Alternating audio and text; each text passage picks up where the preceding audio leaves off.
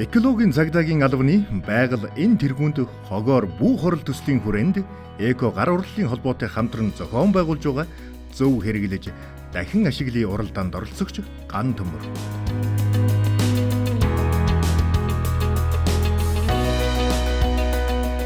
Ахын хаягдлаа 90% хүртэл бууруулж 200 орчим бүтээл урлаж 50 гаруй төрлийн цэцэг ногоог тарьж байна.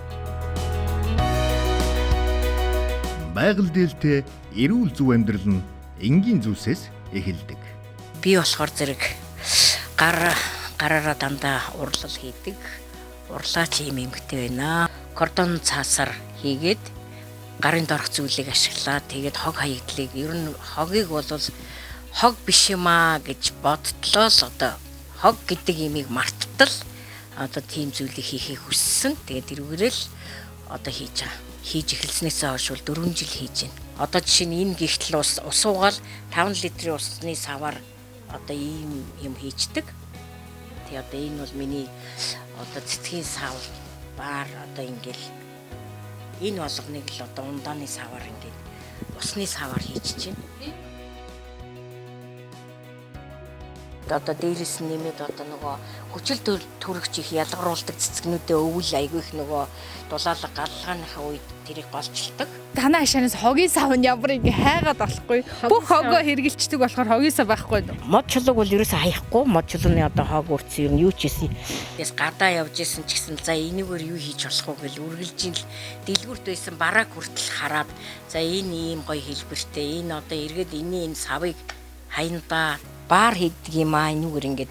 За тэгээ ингэхээр энэ баар ч н одоо энэ дотор бол шаар байгаа. Шаараар хэвлж хийн.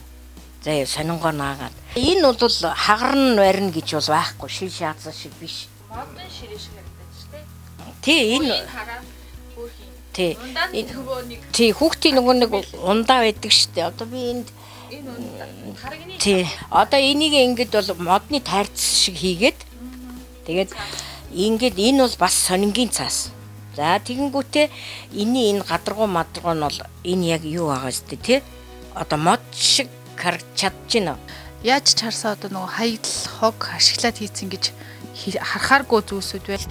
Дулаалснараа манайх одоо нүүрснийхаа юуг үнс хогийг багасгасан. За тэгээ дулаанаа алдахгүй болохоор зэрэг ер нь бол хогийг бол нэг их хэмжээгээр биш бага хэмжээгээр гаргадаг ийм л болсон да. Тэрийг болохоор нь би одоо энэ нэг ингээд хар шороотойгоо ингэж холиод тэгээ одоо энэ цэцэг ногоо одоо энэ ургаж байгаа ургамлуудаа одоо хөрсийг сэргэжүүлэх зорилгоор одоо эндээ би ингэж туршиж үзчих хийж байгаамаа. Тэгээд бас энийг хаяхгүй ах мэн. Хаях ямар ч боломж байхгүй. Энийг шууд л одоо эндээ хийгээд ашиглаад Монгол улстай одоо нэг хог хаягдлыг илүү их гаргаад хайж хасаа гадна энийг эргүүлээд хүнд хүргэж гоё боловсруулсан бүтээгдэхүүн хийгээ гаргах юмсан гэж аяг боддог.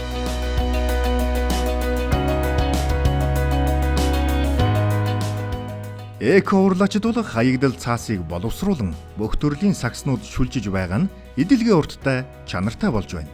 Цаасыг модноос гарган авдаг тухай бид мэднэ. 1 тонн цаас гарган авахд 17 тонн мод шаарддаг байна. Гэтэл бид хэрэглэхгүй болсон цаас сонин сэтгүүлээ дахин ашиглахын оронд хаях юм уу бүр шатаадаг шүү дээ. Ийм хэрэгэлсэн цаасаа хаях эсвэл дахин ашиглахын аль нь байгаль орчинд хайр гамтай хандаж байна вэ?